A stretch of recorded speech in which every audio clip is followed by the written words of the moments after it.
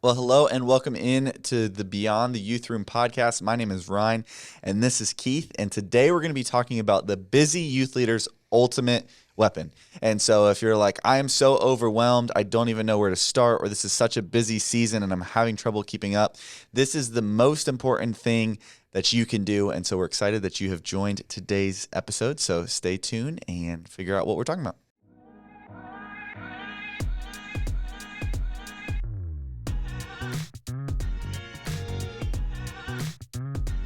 Now, I'm sure if you've been in church long enough, you know if we're referring to the ultimate weapon, then we are referring to prayer. Mm-hmm. And sometimes that can kind of cause like of course. But I think you and I recently have experienced, I don't know recently for you, but I know recently for me, I have experienced much more of how I am undervaluing prayer and trying to leverage that. And we were at a conference and we heard a quote that stuck with both of us, which was, God can do in moments of favor what we can't do in lifetimes of labor.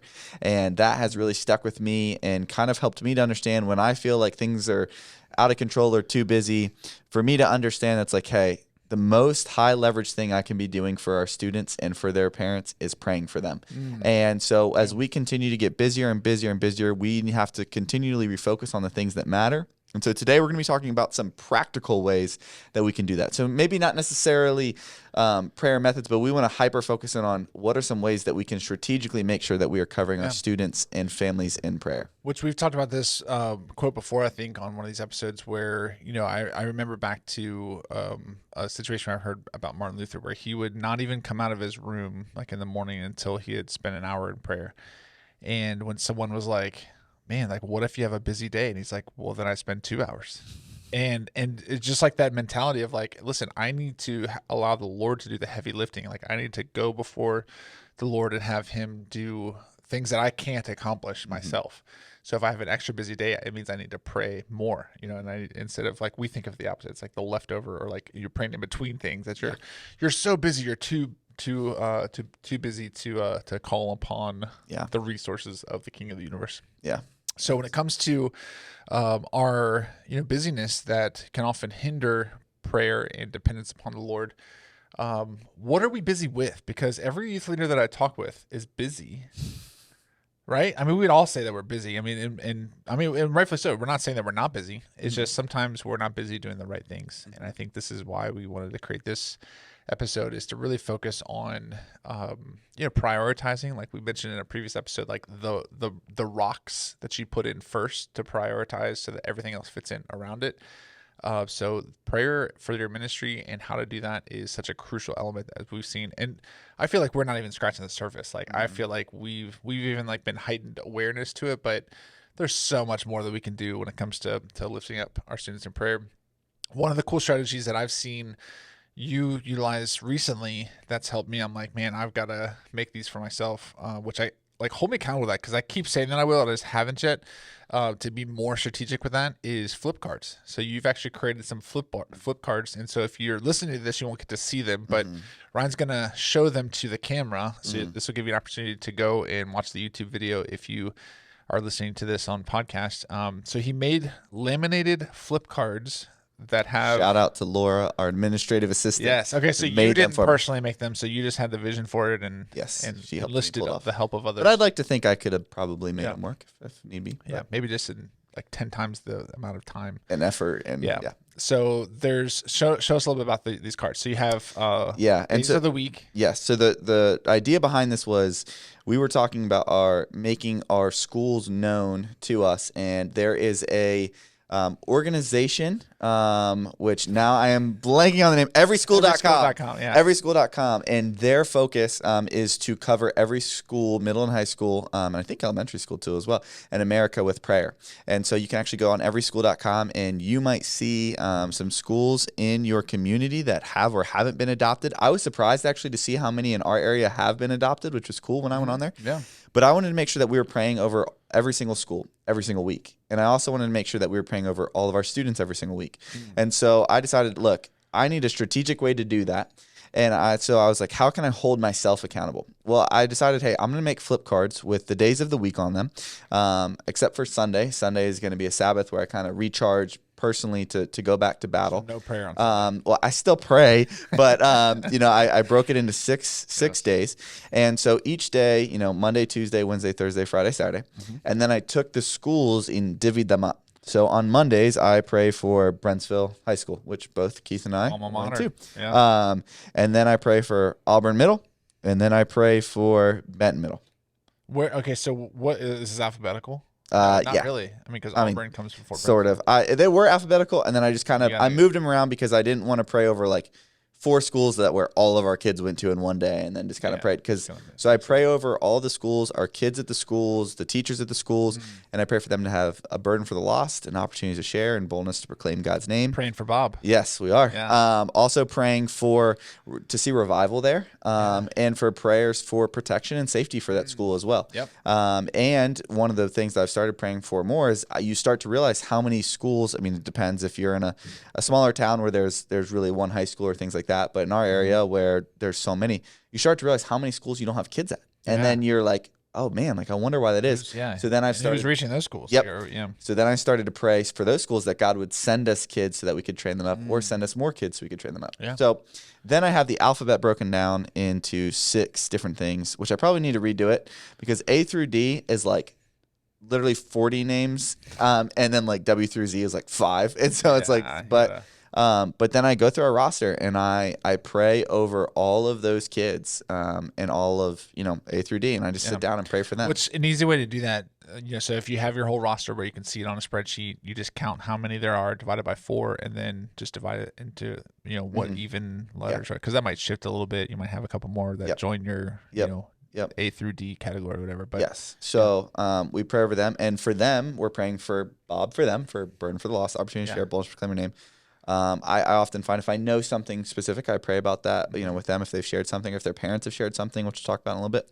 But ultimately, I'm praying for them just to be a light, and I'm praying for them to be a man or young woman after God's own heart, for their identity to be only in Him. And so in the grand scheme of things, I might spend a minute on each kid, but then I know, hey, I have prayed over every kid in our roster, and then I've challenged our leaders. I made a copy for all of our leaders, and because this isn't their full-time job, I said, hey, just pray over your small groups. Pray over the schools, and then pray over your small groups, the kids A through D, or however you break it up. Yep. And what's really cool about this is instead of me just saying, like, I'm going to pray for our kids every day, if I pray for our kids Monday and I don't pray on Tuesday, well, then guess what? The Tuesday kids didn't get prayed over. Yeah. And it doesn't mean that, God isn't big enough to still handle it, but it holds me accountable to be like, well, I need to be praying over all these kids. And so that's been a way that's really helped me. Plus, it's a physical reminder, which keeps me on track, which I really struggle with prayer. Huge. And so it's really easy for me to just kind of flip through and just kind of be like, okay, all right, boom, like next thing. And I spend time.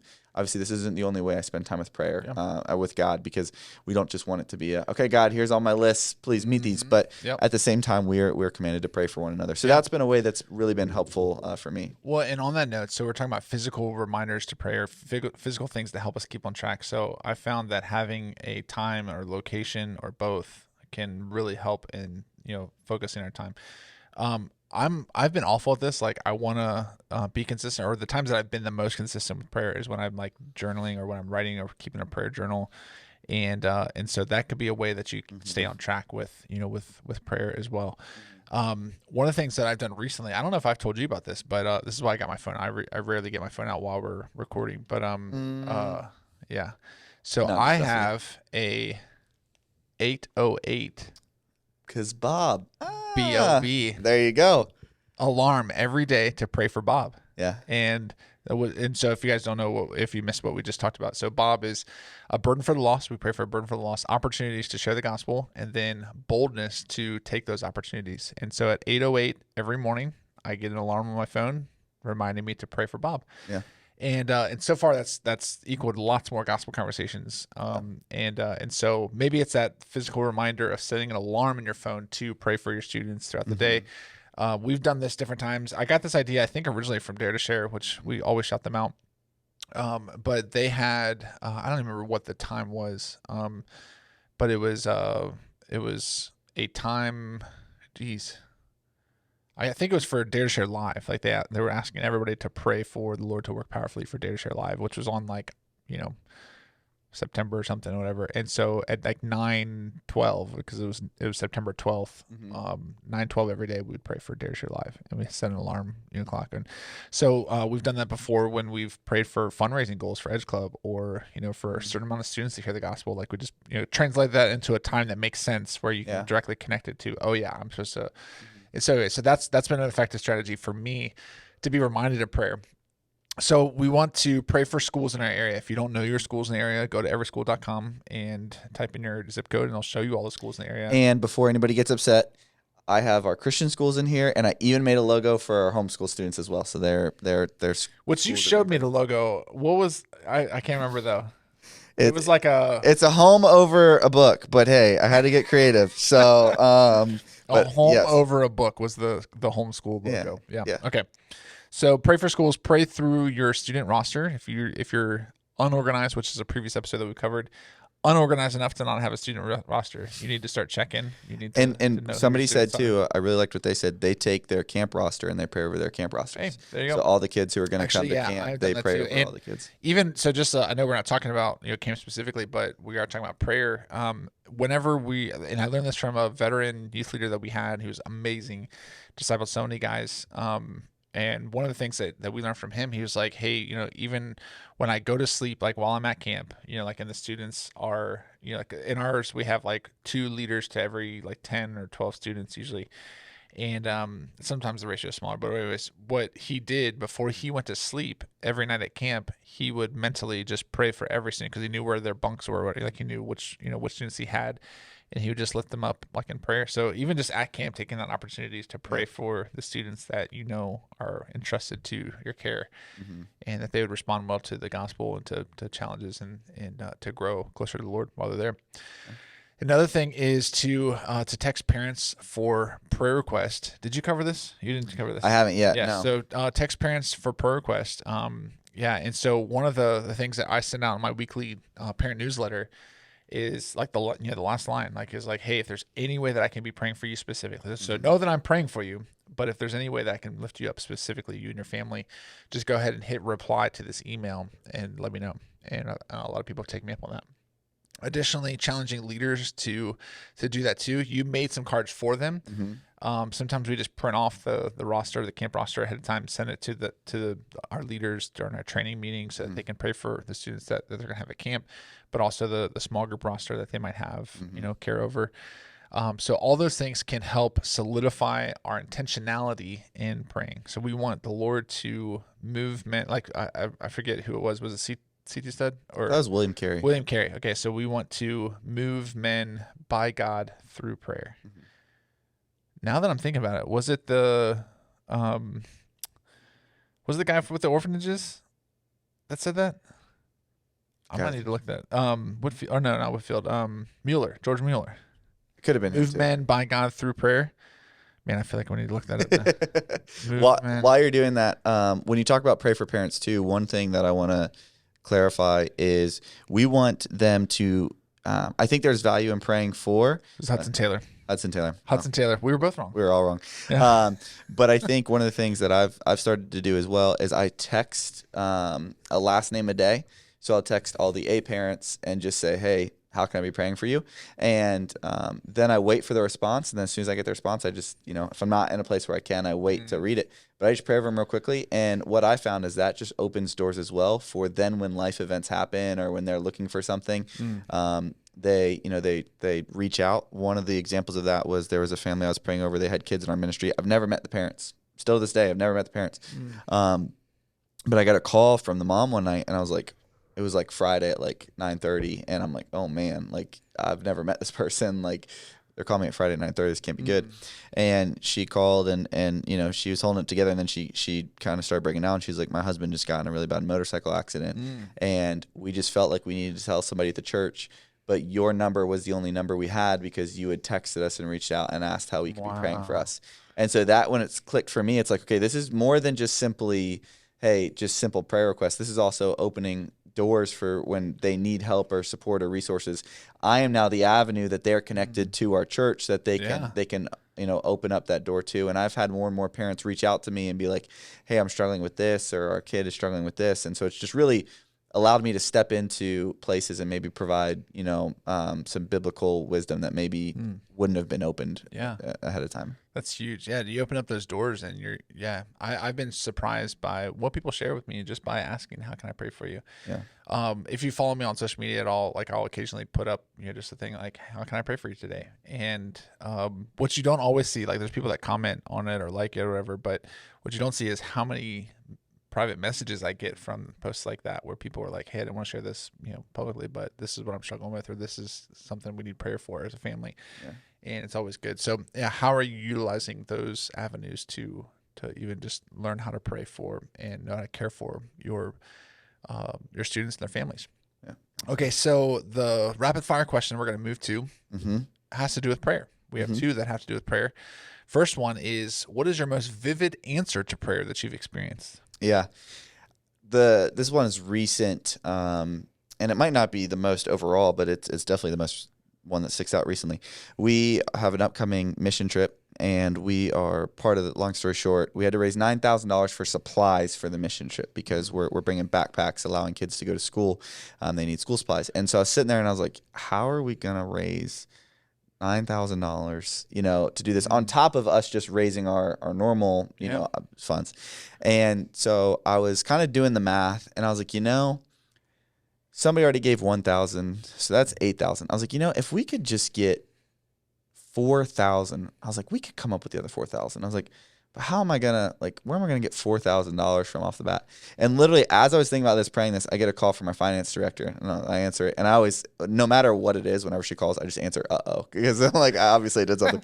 And she goes, no, good, and I was like, yeah, what's going on? And she was like, were you expecting a $4,000 donation for the backpacks? And I was like, no. And she's like, well, you got one. And to this day, I don't know who gave it, but it was literally, I got the phone call as I was saying, God, wouldn't it be cool if you just gave us 4,000? I think, and so that was just kind of like, wouldn't it be cool if we all had Lamborghinis? Yes. Just throwing that out there. Yeah. Nothing. Thank you. Yeah. What about you?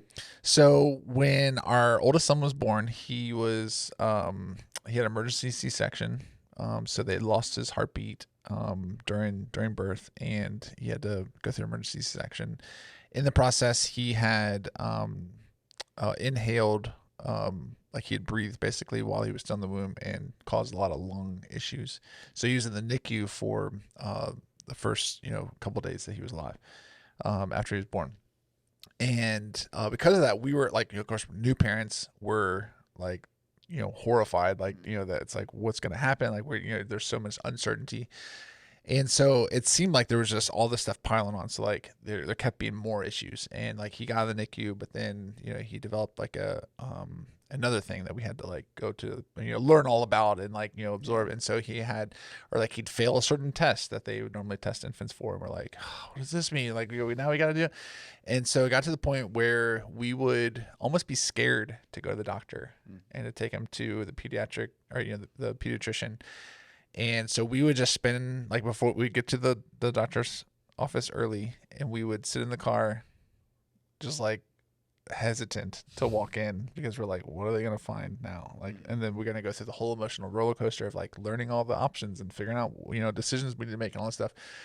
And so let's say it was traumatic, at first. And so we were just like, why don't we just pray that the doctor, after he, sees him, after he looks and evaluates everything, we're going to pray that he looks at us and says, he's A-okay.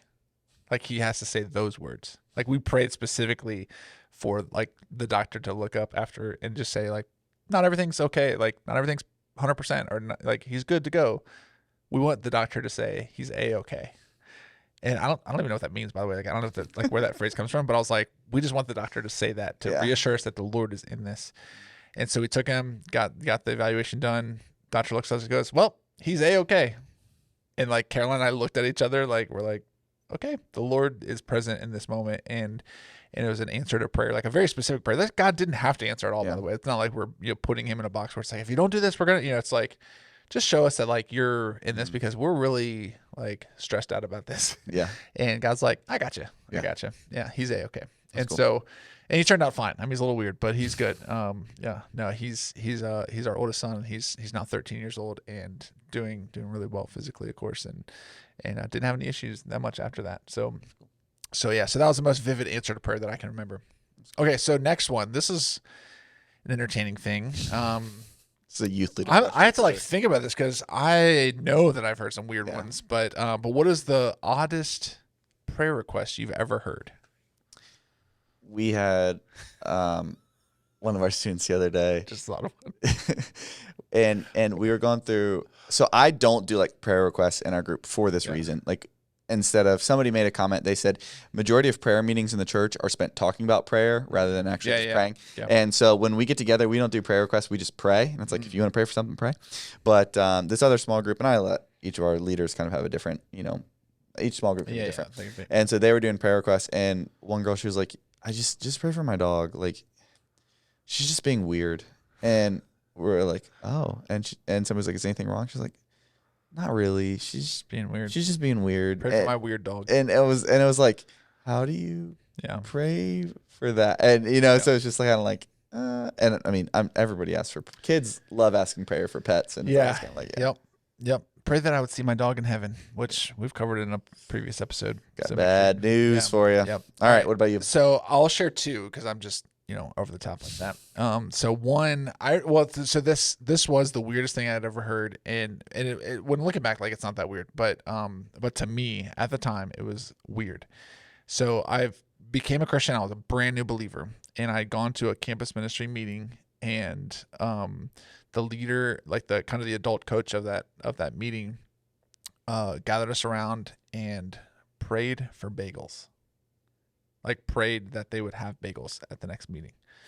And I was thinking, like, everything that I knew about prayer was very little, like, at that point, like, because I was a brand new believer. But I was like, I thought you only prayed for big stuff. Like, you prayed, like, if someone was dying, or like that they, for them to not have cancer, or like for you to make it across the country safely when you're in a plane, or like, and I was like, how dare you pray for bagels? Like, I was just like, what? This is so weird to me. Like, why would we pray for bagels and pray for the Lord to give us bagels? And so, needless to say, we got bagels the next week. There you go. So, but anyways, that was weird back then. But one of the funniest things is not actually my story, but I remember Greg Steer again, bringing him up. Do you know what I'm talking about? Yes, you know what I'm I talking do. about? Okay, so I do. him and his wife struggled with infertility for many years. And he was still like a youth evangelist, and was at a prayer gathering. Yeah. It was like a prayer here in DC. Yeah, it was in DC, and was telling, like, they broke up into prayer groups, whatever, and he was telling other pastors, that he was with. He's like, hey, we're just really struggling, like, with infertility. Like, we love to have kids, but we just haven't been able to. And there was a pastor that just started to go into graphic detail about the prayer, like, just prayed right there, loud in front of everybody, like, for Greg's sperm, and like how it would just infiltrate the egg. Like, I mean, just very graphic detail of what's going to happen. And then, like, what was it, like a week or two later, they found out they were pregnant.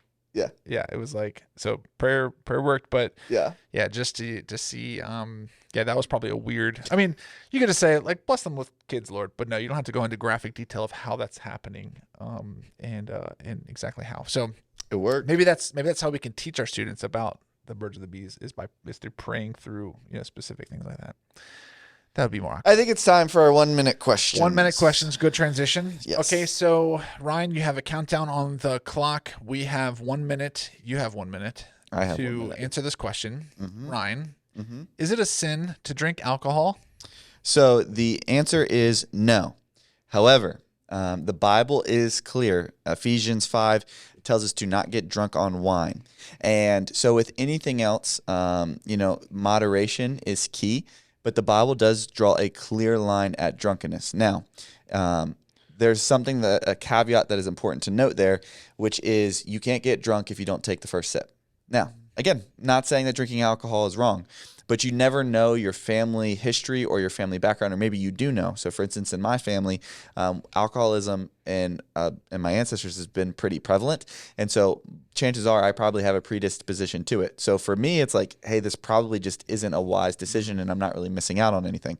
But if somebody else wants to have a sip of alcohol or, a glass of wine every now and then, there's nothing biblically for me, but we should not be a stumbling block to each other in that as well. So no, it is not a sin, but the Bible draws some clear distinctions from that.